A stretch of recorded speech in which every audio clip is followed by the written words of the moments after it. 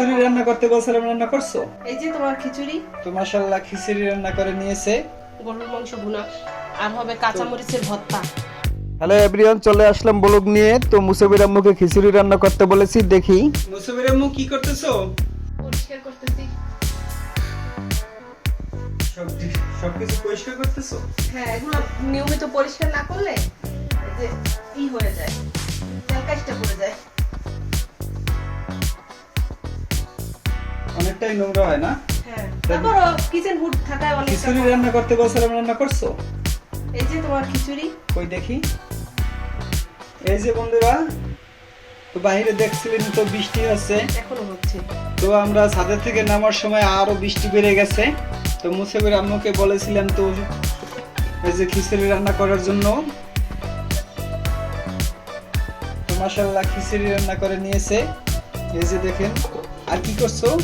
আর এই যে গরুর মাংস ভুনা। গরুর গোশত ভুনা করছো? হ্যাঁ। এই যে আমরা মানুষ কম, মাত্র 3 জন। আর হবে কাঁচা মরিচের ভর্তা। এখনো বানাইনি, বানাবো আর কি সব। ও, কাঁচা মরিচের ভর্তা করবা? হ্যাঁ, কাঁচা মরিচের ভর্তা। ও, সেটাও অনেক মজা। আচ্ছা ঠিক আছে, থ্যাংক ইউ। ওয়েলকাম। বন্ধুরা, আমাদের এই ছোট্ট ভিডিওটি ভালো লাগলে প্লিজ লাইক দিতে বলবেন না। আর যারা এখনো সাবস্ক্রাইব করেননি, ভিডিওটি ভালো লাগলে সাবস্ক্রাইব করে পাশে থেকে যেতে পারেন। তো বন্ধুরা, সাথে থাকবেন। এই যে দেখেন, আরো 2-3 দিন মনে হয় বৃষ্টি থাকবে। কত বৃষ্টি হচ্ছে আপনাদের দেখাচ্ছি।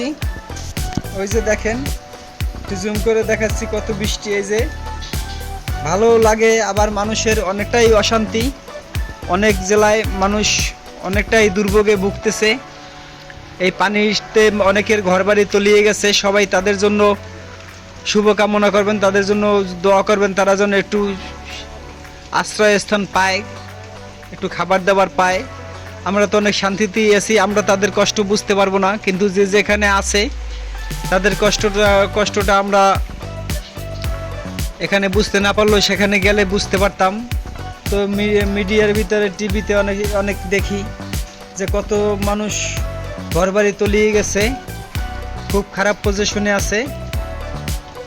আল্লাহ যেন তাদেরকে হেফাজত করে। অনেকটাই ব্যস্ততায় 2 দিন আগের ভিডিও আপনাদের সামনে উপস্থাপন করলাম। তো বন্ধুরা, এই ছিল আজকের মতো ব্লগ। সবাই ভালো থাকবেন, সুস্থ থাকবেন, সবাই সবার পাশে থাকি এই কামনাই করছি। আল্লাহ হাফেজ।